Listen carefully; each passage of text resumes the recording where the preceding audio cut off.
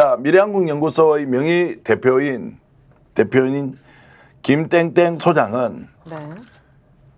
이렇게 들었답니다. 명태균 대표로부터 김건희 여사를 처음 만났을 때 김건희 여사가 했던 말이 본인은 갈비탕을 먹고 있었고 김건희 여사가 아크로비스타 지하에 있는 식당에 들어오자마자 딱 대면을 했을 때 조상의 공덕으로 세상에 오신 분이네요 라는 말을 했다는 겁니다. 이 말은 네. 제가 김땡땡 소장으로부터 들었고 이 말을 주위에 있는 여러 사람에게 명태균 씨가 김건희 여사가 본인을 처음 봤을 때 했던 소감 제가 이렇게 하는 겁니다. 김갑 선생님을 처음 뵙고 조상의 공덕으로부터 세상에 오신 분이네요. 그건 무당이 하는 말 아니에요? 아니 무슨 일반 사람은 아니네요. 저 처음 뵙겠습니다. 반갑습니다. 이런 게 아니잖아요. 그래서 처음부터 두 분이 주술적으로 통한 거예요? 자, 그리고 어느 순간에 대통령 부부를 그 당시에 검찰총장 부부를 만난 자리에서 네. 뭐라고 아까 했습니까? 그 영상 다시 한 번만 준비해 주시고요. 미치겠다. 한 번 더 보실래요? 아, 장리무사 말씀. 예. 그 영상 잠깐 다시 한 번 더 주술사? 보겠습니다. 네. 거기에서 어떤 말을 했는지 한번 보시죠. 총장님은 장리무사, 사모님은 안전뱅이 주술사. 그렇기 때문에 안전뱅이 주술사는 밖에 나가면 없겠습니다. 밖에 나갈 수도 없습니다. 안전뱅이가 어떻게 밖에 나가냐. 집안에서 계속 살아야지. 밖에 나가려고 그러면은 장리무사의 머리에 올라서 어깨에 올라서 타고 나갈 수밖에 없다. 했다는 거죠. 근데 언제 했는지는 실제 뭐 처음 만나서 그런 말 했는지 그건 모르지만 그런 이야기를 수없이 했어요. 여기서 중요한 것은 저 말이 오갔다는 것보다 더 중요한 것은 명태균 씨의 실력입니다. 자, 4월 7일 2021년 4월 7일 서울시장 보궐선거에서 뜻밖에도 오세훈 후보가 국힘의 후보가 되고 안철수 단일화를 통해서 당선이 되어버립니다. 6월 11일입니다. 나경원, 이준석 간에 치열한 경쟁이 있었는데 또 누가 이깁니까? 이준석이 돌풍을 일으키고 승리를 하게 되죠.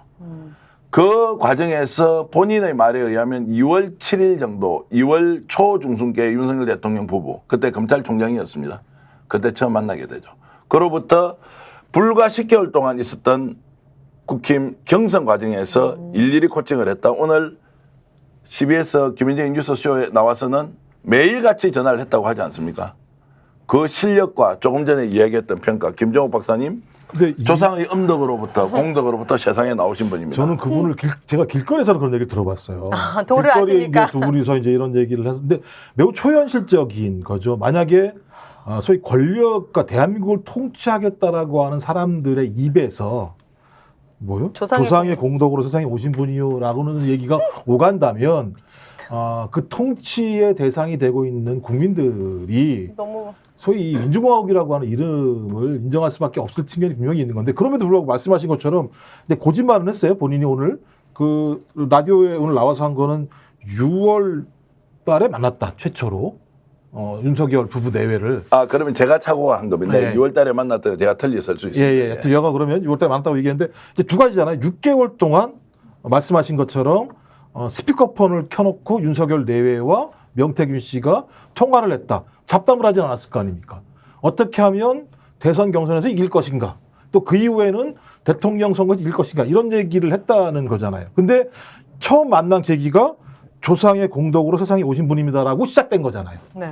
이건 매우 초현실적이뿐만 아니라 대통령이 되고 난 다음에 또 나온 얘기가 인수위에 와서 사람들 면접 보라고 그랬어요. 이 얘기를 하잖아요. 그러니까 명태균이라는 사람을 통해서 또 감별을 하는 거 아니겠습니까? 근데 이 감별이라는 게 우리가 인수위에 오는 사람들의 감별이라는 건 얼마만큼 국가를 잘 운영할 것인가? 전문성. 그 사람은 얼마나 도덕적인가? 이런 걸 판단을 해야 되는데 이런 얘기를 하는 사람들이 그걸 판단하겠습니까? 말씀하신 것처럼 조상의 공덕으로 세상이 왔는지 안 왔는지를 판단할 거 아니에요. 만약 이렇게 따진다면. 그럼 태생부터가 얼마나 비극적입니까? 윤석열 정부에. 그러니까 김종욱 박사가 이제 초현실적으로 들은 얘기를 저는 좀 현실적으로 해석을 해주세요. 네. 예, 안전뱅이 주술사는 김건희고 그다음에 윤석열은 장님무사라고 그랬어요. 안전뱅이 주술사가 시키는 대로 장님무사는 안 보이니까 마구 칼을 휘둘러요. 그런데 주술사가 이렇게 휘둘러 저렇게 휘둘러 조종한다는 거 아니에요. 근데 그 안전뱅이 주술사는 그 무엇을 얘기했을 것이냐, 그 무엇의 내용은 명태균한테 나오는 거 아니겠느냐 하는 거죠. 그런데 오늘 김현정의 뉴스쇼에 일관되게 얘기하는 거는 김건희 여사는 정치를 잘 몰라요. 그거 어떻게 알겠습니까? 라고 해서 자기가 한 것처럼 이제 얘기를 한 게 많았어요. 그러니까 김건희를 보호하려는 거겠죠. 자, 여기서 우리가 뭘 할 수 있냐면 대선 기간 내내 아침마다 스피커폰 켜놓고 의논하던 상대가 대선이 끝나서 대통령이 되면 그 의존도가 줄어들겠습니까? 아니겠죠. 명태균 씨 자기 발언도 그랬어요. 그 대통령 비서실장 이름을 거론을 하면서 그 사람이 뭘 알아요? 아크로비스타 와보기나 했어? 뭘 아냐고. 그러면서 그 정책 결정에 주요한 사람들이 막 튀어나오면서 그거 아무도 모른다 이 얘기를 해요. 뭐 본인이 다 알 수 있겠죠. 제일 많이 가서 제일 곁에 했으니까. 그런데 어쨌든 그 얘기를 종합해서 최주 걸러서 딱 정리해내면 국정 운영을 명태균이가 했다는 얘기가 됩니다. 네. 실질적인 국정 운영을. 그리고 선거 기간에 하고 자기는 그림자로 사라졌다는 게 이게 말이나 되겠습니까? 이건 계속해서 이건 확인되는 게요. 2022년도 9월 달에 엘리자베스 여왕 장례식을 네. 했을 그때도 때 힘을 발휘해서 했다. 그게 9월이고요. 그다음에 이준석 의원 말에 의하면 10월, 11월 달에도 그런 일이 있었다. 본인은 그 텔레그램을 봤다라고 얘기를 하는 거니까 적어도 2022년도 9월, 10월, 11월 달까지는 중요한 국정 현안과 관련해서 김건희 씨와 텔레그램으로 제가 조언을 했건 아니면 그 부분과 관련해서 말씀하신 것처럼 안진뱅이 주술사에게 어떤 핵심적인 요점을 줬건 이런 역할을 했다는 거거든요. 계속 뒤에서 사주를 했겠죠. 그렇다면 국정에 개입한 거죠, 그건. 뭐 달리 어떻게 그렇죠. 표현할 수 그동안 있습니까? 외교에 실질 대통령은 김건희하라고 우리가 자조적으로 얘기했는데 알고 보니까 더 나가면 실질 대통령이 명태균이었네. 이런 얘기까지 가능해집니다. 자, 그래서 친윤과 김건희 여사 명태균과 끊임없이 갈등이 일어나면서 친윤은 윤석열 대통령 중심으로 판을 짜고 그림을 이어가 보겠습니다. 명태균은 김건희 여사와 판을 짜고 이것이 내부 충돌이 있어서 끊임없이 친윤 이슈를 가지고 갈등을 하게 되죠. 지난 2년 동안. 그리고 총선이 오죠. 본인 뜻대로 시도를 했죠. 결과적으로 실패했지 않습니까? 단수면 좋지. 경선해야 되지. 이미 저희 취재에 의하면 그 이전에도 몇 개월 동안 명태균, 김영선은 김건희 여사와 접촉을 시도하면서 끊임없이 로비를 했다. 이것은 국힘의 최고위 관계자에게 지금 듣는 이야기예요. 그럼 그 2년 동안 명태균은 뭘 했느냐? 지금 돌아서서 포기 먹고 나가서 개혁신당에 김영선을 보내고 어떻게 하겠다 했던 거 있죠. 이것이 포기가 되는 시점이 있었겠죠. 네. 그때 개혁신당과 손을 잡는 거죠. 그리고 3월 5일 아까 페이스북 보셨죠? 거기에서 김영선이 있었다. 3월 5일. 자, 이게 나옵니다. 경희궁의 아침 1521호. 이게 상징하는 바가 얼마나 큽니까? 마치 우리가 괴기 소설 이야기하는 것처럼 되지만 저것이 김종인 위원장의 개인 사무실이었다면 거기에서 어떤 일이 벌어졌겠습니까? 총선을 앞두고. 총선 한 달 전이네요. 한 달 전입니다. 네. 자, 이것을 이제 이어보면은 대선 이후에도 지속적으로 명태균은 누군가와 딜을 하거나 부탁을 하거나 주고받았을 가능성이 있다. 그래서 별의별 이야기가 있죠. 지금 경남 창원에 가면요. 기자들이 제가 봐서는 한 50명 정도 와 있습니다. 서울에서. 아, 진짜요? 거기에서 무슨 단지를 만들었다. 어떤 회사가 특혜를 받았다. 명태균이 개인 돈이 있다 없다. 온갖 취재를 지금 다 하고 있는데 그것은 윤석열 대통령 취임 이후에 일어났던 일을 취재하기 위해서 와 있다는 거고요. 네. 돈 이야기도 끊임없이 왔다 갔다 하고 있고. 자, 이런 상황에서 이 사건이 정말로 어떤 방식으로 정리가 될 건지 많은 국민들이 궁금해하고 있습니다. 흥분할 일이 아니라 그 상황을 어떻게 받아들여야 할지. 다시 미래한국연구소로 좀 돌아가겠습니다. 자, 김땡땡 소장이 조금 전에 그 이야기 했지 않습니까? 차라리 고소를 하라 나를. 네. 주인 밝히자고 아까 얘기를 했습니다. 끝부분에 그 내용 있는 거. 네. 그러면 지금 명태균 바로 고소해야 되는 거 아닙니까? 자기 명예도 훼손되고 하니까 그쵸. 고소해서 시집이 가려야 되는 거 아닙니까? 김종 박사. 제가 볼 때 명태균 씨는 고소하지 못하겠죠. 말씀하신 것처럼 고소를 하게 되면 실체가 다 드러나게 되는 상황일 수밖에 없는 것이니까요. 대통령실도 지금 고소고발 못하는 거잖아요. 명태균 씨가 얘기를 하면 네. 거짓말이야. MBC 얼마나 작사를 냈습니까? 고소고발을 하고. 저는 사실이기 때문에 고소고발을 하게 되면 거짓말을 한 사람이 드러날 수밖에 없어요. 그럼 거짓말을 왜 했을까? 검찰은 수사를 하게 되면 거짓말한 이유는 자기 위법사항을 숨기려고 했다고 볼 수밖에 없기 때문에 위법사항이 드러나게 되면 명태균 씨는 위법의 증거로 기소를 당할 수밖에 없고 그 위법을 왜 했습니까? 본인이. 위법의 대상이 누굽니까?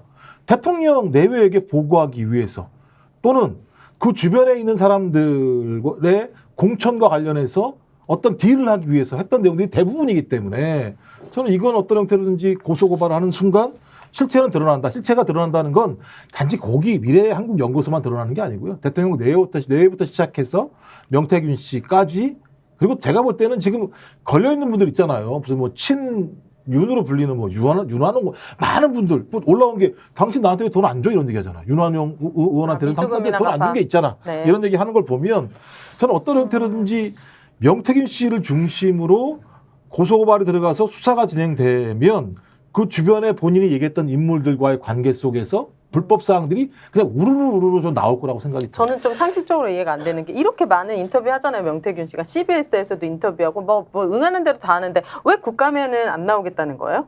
본인이 당사자가 아니라는 거예요. 국감은 강희경 씨가 회계와 관련된 부분을 하지만 요청했잖아요. 국감에서. 요청을 했지만 네. 그래서 김영선이 나가면 자기 나가겠대. 아니 인터뷰에 그러니까 국감에는 나오지 않고 여러 언론사를 자기가 선택해서 인터뷰를 하고 등등을 행위별로 보지 말고 전체를 한 덩어리로 보자고요. 한 덩어리. 네. 이 사람은 자기가 살아나야 될 거 아니에요. 네. 그럼 지금 뭐 하고 있겠어요? 맞기? 지금 뭐 하고 있겠냐고. 내가 명태균이 돼보세요. 내가 뭐 하고 있겠냐고. 살려달라고 이제 해야죠. 김건희랑 딜하고 있겠죠. 네. 그 딜을 어떤 방법으로 하느냐인데 그래 명태균이 잘못한 걸로 다 뒤집어 쓰고 일을 끝낼 수 있고 그러니까 검찰이 기소를 하든 안 하든 별로 중요한 게 아니라는 얘기를 하고 싶은 건데 이 모든 일은 마치 박근혜 때 최순실이 모든 잘못을 저지른 것처럼 몰아가서 근데 그 실패했죠 결국. 실제로 그때는 제가 이해하는 한 박근혜도 최순실도 아니고 그때 대통령은 김기춘이 다 한 겁니다. 진짜 완전히 90%의 국정을 김기춘이가 다 했어요. 근데 어쨌든 최순실이로 이제 다 몰아가서 그에 관한 시선이 쏠려가면서 대통령이 모면하려던 게 이제 뜻대로 안 된 거예요. 근데 지금 명태균 씨가 국정 혼란을 초래한 모든 책임은 정말 능수능란한 사기꾼 명태균이 저지른 거고 대통령과 대통령 부인은 순진해갖고 거기에 살짝 속아 넘어간 건데 그렇게 크게 의존한 건 아닙니다. 쪽으로 몰아갈 선택이 하나 있고 뭐 또 반대도 있는데 아무래도 명태균에게 시선이 쏠리게 하는 게 용산도 명태균도 서로 좋은 에브리바디 해피의 방법이 아니겠느냐. 왜 해피하냐면 명태균 씨가 검찰 조사 좀 받고 가령 징역 좀 산다 하더라도요. 그 이후 과정에서 얼마든지 다 풀려납니다. 아들이 어디 들어가서 50억을 보너스 퇴직금으로 받아도요. 그 아버지가 무죄 받는 세상입니다. 사법을 이들이 갖고 있는 한 마음대로 갖고 놀기 때문에 명태균도 그걸 너무나 잘 알고 있기 때문에 요 상황이 잠잠해지고 그다음에 윤석열도 탄핵되거나 사임 위기에 몰리지 않고 넘어가는 것만 생각할 테니까 지금 흩어지고 있는 홍준표 어땠고 나경원과 어땠고 뭐 이건 재미로 듣자고 재밌어요. 그리고 이들이 참 정말 구질구질한 정치인이었구나. 이것들이 어떻게 나라 국정의 주요한 인물이었나 이 생각은 명확히 들어요. 하지만 결론은 명태균이 딜을 해서 윤석열과 어떤 전략을 내놓느냐인데 그 전략으로 검찰의 수사를 받고 잡혀가든 그 반대로 그냥 수수방관하든 결론은 명태균이 자기가 끌어안고 모면하려는 방향성을 갖고 있기 때문에 근데 그렇게 가면 불안하다. 안 되잖아요. 그렇게 가면 안 되는 거 아니에요?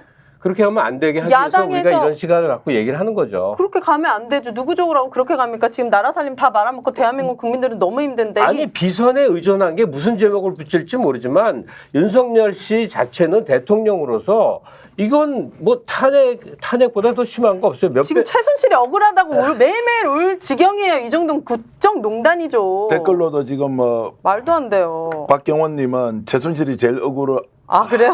억울하다 혼자 감옥에 있다 이런 말씀 주셨고 야당이 더 강하게 이제는 이것보다도 더 심각한 전 사안은 없을 거라고 봐요. 스픽스가 말하는 언론입니다. 대세는 유튜브, 그중에서 스픽스.